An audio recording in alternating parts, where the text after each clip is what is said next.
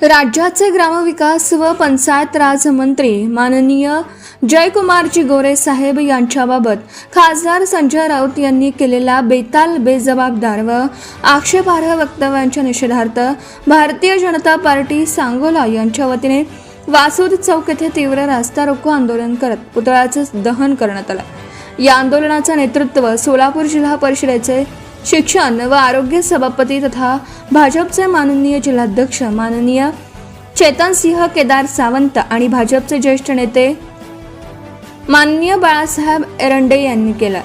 आंदोलनात मारुती बनकर, बाळासाहेब काटकर, सुदर्शन इंगवले, मंडल अध्यक्ष विजय मगर, मंडल अध्यक्ष दादासाहेब खरात, बाळासाहेब झपके, पोपट गडदे, प्रशांत वलेकर, नंदकुमार दिघे, विजय बाबर, विजय इंगोले, सुभाष पवार, सिद्धेश्वर गाडे, प्रवीण जानकर, गोटू इमडे, ॲडव्होकेट सुशांत फुले, उल्हास धायगुडे तसेच भाजपचे पदाधिकारी, कार्यकर्ते आणि समर्थक मोठ्या संख्येने सहभागी झाले होते।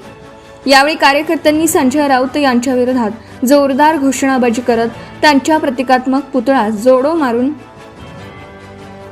जोडे मारून पुतळा दहन केला। तसेच त्यांच्या वक्तव्याचा तीव्र निषेध नोंदवून भविष्यात अशा बेजबाबदार विधानांपासून परावृत्त होण्याचं आवाहन करण्यात आलं। यावेळी बोलताना चेतनसिंह केदार सावंत म्हणाले, जयकुमार गोरे साहेब हे जनतेच्या विश्वासावर उभे असलेले विकासाभिमुख नेतृत्व आहे। त्यांच्यावर वैयक्तिक पातळीवर टीका करून जनतेची दिशाभूल करण्याचा प्रयत्न कधीही यशस्वी होणार नाही।